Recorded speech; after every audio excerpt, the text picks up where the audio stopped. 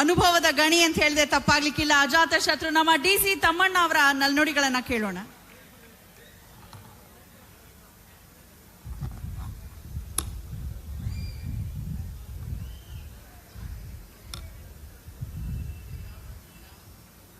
ಇವತ್ತಿನ ಈ ಸಭೆಯಲ್ಲಿ ನೆರೆದಿರ್ತಕ್ಕಂಥ ಎಲ್ಲ ಆತ್ಮೀಯ ಬಂಧುಗಳೇ, ಈ ಜಾತ್ಯತೀತ ಜನತಾದಳ ಸ್ಥಾಪನೆಯಾಗಿ 25 ವರ್ಷ ಕಳೆದು ಬೆಳ್ಳಿ ಹಬ್ಬವನ್ನು ಆಚರಿಸ್ತಾ ಇದೆ. ಈ ರಾಜ್ಯದಲ್ಲಿ ಯಾವುದಾದ್ರೂ ಒಂದು ಪಕ್ಷವನ್ನು ಕಟ್ಟಿ ಒಂದು ದಶಕ ಕಾಲ ಆ ಪಕ್ಷ ಉಳಿದಂಥದ್ದು ಯಾವುದೂ ಇತಿಹಾಸದಲ್ಲಿ ಇಲ್ಲ. ಸನ್ಮಾನ್ಯ ದೇವೇಗೌಡರು ಕಟ್ಟಿದಂಥ ಪಕ್ಷ 25 ವರ್ಷಗಳನ್ನು ಪೂರೈಸಿ 26ನೇ ವರ್ಷಕ್ಕೆ ಕಾಲಿಟ್ಟಿದೆ.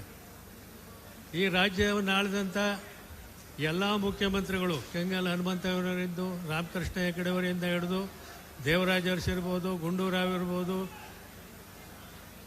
ಇನ್ನೂ ಅನೇಕರು, ಯಡಿಯೂರಪ್ಪನವರು ಇರ್ಬೋದು, ಇನ್ನೂ ಅನೇಕರು ಪಕ್ಷವನ್ನು ಕಟ್ಟಿದ್ರು. ಯಾವ ಪಕ್ಷವೂ ಕೂಡ 5 ವರ್ಷ ಉಳಿಯಲಿಲ್ಲ. ಆದರೆ ಈ ಪಕ್ಷ 25 ವರ್ಷದಿಂದ ರೈತಾಪಿ ಜನರ ಏಳಿಗೆಗಾಗಿ, ರೈತಾಪಿ ಜನರ ಹೆಸರಿನಲ್ಲಿ ಕೆಲಸವನ್ನು ಮಾಡ್ಕೊಂಡು ಬಂದಿದೆ. ಸನ್ಮಾನ್ಯ ದೇವೇಗೌಡರು ಇವತ್ತೂ ಕೂಡ ರೈತರ ಬಗ್ಗೆ ಇರ್ತಕ್ಕಂಥ ಕಾಳಜಿ, ಅವ್ರಿಗಿರ್ತಕ್ಕಂಥ ಕಾಳಜಿ ಈ ಇಳಿ ವಯಸ್ಸಿನಲ್ಲಿ ಯಾರಿಗೂ ಕೂಡ ಇಲ್ಲ. ಇವತ್ತೂ ಕೂಡ ರೈತ ಪರವಾಗಿ ಹೋರಾಟ ಮಾಡ್ತಾ ಇರುವಂಥವರು ಸನ್ಮಾನ್ಯ ದೇವೇಗೌಡರು.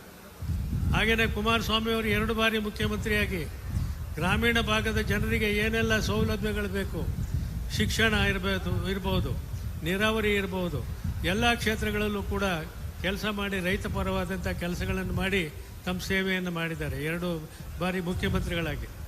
ಹಾಗೆ ಇವಾಗ ನಮ್ಮ ಯುವ ನಾಯಕರಾದಂಥ ನಿಖಿಲ್ ಕುಮಾರಸ್ವಾಮಿಯವರು ರಾಜ್ಯಾಧ್ಯಕ್ಷರಾಗಿ ಇಡೀ ರಾಜ್ಯವನ್ನು ತಿರುಗಿ ಪಕ್ಷವನ್ನು ಸಂಘಟನೆ ಮಾಡುವಂಥ ಕೆಲಸದಲ್ಲಿ ತೊಡಗಿದ್ದಾರೆ. ಇವಾಗ ಅಂದಾನಿಯವರು ಮಾತನಾಡ್ತಾ ಹೇಳಿದ್ರು, ನಮ್ಮ ರೈತಾಪಿ ಜನಗಳಲ್ಲಿ ಇಂಥ ಒಂದು ಸಭೆ ಸಮಾರಂಭ ನಡೆದಾಗ ನಾವು ಯಾತಕ್ಕೆ ಬಂದಿದ್ದೀವಿ, ಯಾರ ಮಾತನ್ನು ಕೇಳಬೇಕು. ಇವಾಗ ನಿಖಿಲ್ ಕುಮಾರಸ್ವಾಮಿಯವರು ಮಾತನಾಡುವಂಥವ್ರು ಇದ್ದಾರೆ. ಬಂದವರು ಹಾಗೆ ಹೋಗ್ತಾ ಇದ್ದರೆ ನಿಖಿಲ್ ಕುಮಾರಸ್ವಾಮಿಯವ್ರ ಮಾತನ್ನು ಕೇಳುವಂಥವ್ರು ಯಾರಿದ್ದಾರೆ? ಅವರು ಈ ಪಕ್ಷವನ್ನು ಮುಂದೆ ಬೆಳೆಸಬೇಕಾದಂಥವ್ರು. ಅವರ ಅನಿಸಿಕೆಗಳನ್ನು ನೀವೆಲ್ಲರೂ ಕೂಡ ಕೇಳಬೇಕು. ನಾನು ಕೃಷ್ಣಾರೆಡ್ಡಿ ಅವರು ಮಾತನಾಡ್ತಾ ಇದ್ರು, ನಾನು ಬರುವಾಗ ಎಲ್ಲ ಕೇಳ್ಕೊಂಬಂದೆ, ಈ ಕಾಂಗ್ರೆಸ್ ಪಕ್ಷದ ದುರಾಡಳಿತದಲ್ಲಿ ಏನೆಲ್ಲ ನಡೀತಾ ಇದೆ ಅಂತ.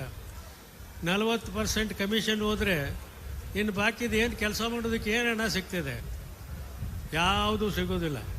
ಅದರಿಂದ ಈ ಸರ್ಕಾರದಲ್ಲಿ ಎಲ್ಲ ಬೆಲೆ ಏರಿಕೆ ಆಗಿದೆ.